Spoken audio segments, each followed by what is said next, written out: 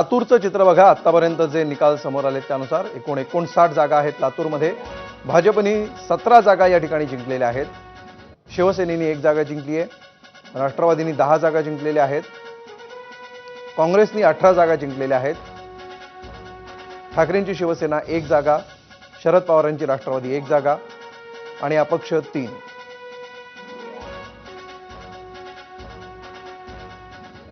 यानंतर परभणीचं चित्र काय आपण बघूया. परभणी जिल्हा परिषदेच्या एकूण 54 जागा आहेत आणि इथंही भाजपनं पहिला नंबर पटकावलेला आहे 17 जागांसह.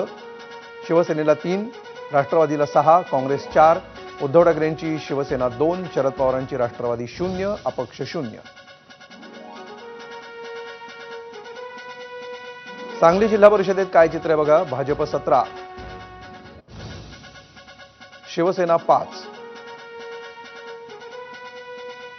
राष्ट्रवादी 5, काँग्रेस 8 जागा, ठाकरेंची शिवसेना 1 जागा आणि शरद पवारांची राष्ट्रवादी 16 जागा, तर इतर 1. एकूण 61 जागांची सांगली जिल्हा परिषदेतली ही स्थिती आहे. यानंतर कोकणात काय चित्र आहे आपण बघूया. रत्नागिरी जिल्हा परिषदेवरचे निकाल कसे लागलेत बघा. एकूण 56 जागा आहेत. यामध्ये भाजपला 1 जागा, शिवसेनेला 22 जागा मिळालेल्या आहेत. सगळ्यात मोठा पक्ष ठरलाय.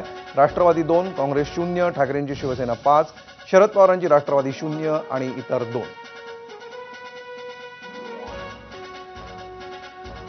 तर मंगळवेढा जिल्हा परिषदेच्या सर्व 4 जागांवर भाजपनं विजय मिळवलाय. मंगळवेढा पंचायत समितीच्या 8 पैकी 7 जागांवर भाजप विजयी ठरलेला आहे. भाजप आमदार समाधान आवताडेंनी पंचायत समिती निवडणुकीमध्ये आपली ताकद दाखवून दिली आहे.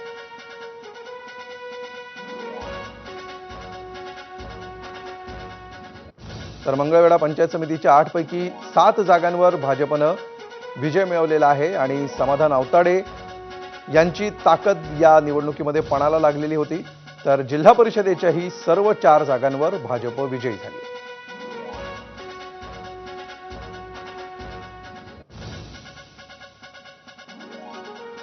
यानंतर कोकणातली दुसरी महत्त्वाची जिल्हा परिषद सिंधुदुर्ग जिल्हा परिषद.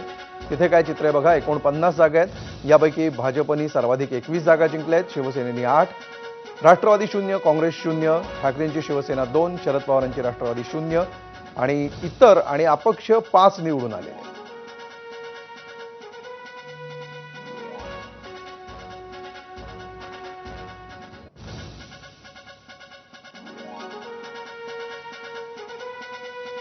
छत्रपती संभाजीनगर जिल्हा परिषदेमध्ये एकूण 63 जागा आहेत. यामध्ये भाजपनं 23 जागा जिंकल्यात.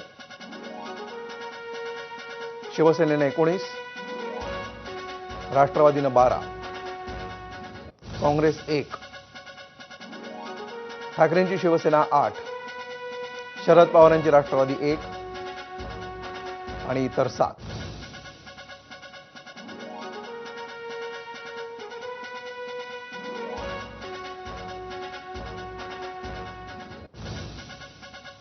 तर रायगडमधलं चित्र बघा. रायगडमध्ये 11 जागा भाजपने जिंकलेल्या आहेत. 14 शिवसेनेनी, 16 जागा राष्ट्रवादीने जिंकलेल्या आहेत. 1 काँग्रेस, 5 ठाकरेंची शिवसेना, शरद पवारांची राष्ट्रवादी 0, अपक्ष 0.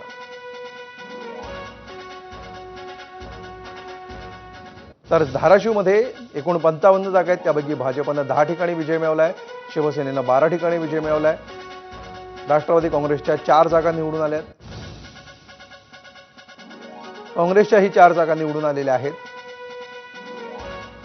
ठाकरेंच्या शिवसेनेच्या 5 जागा,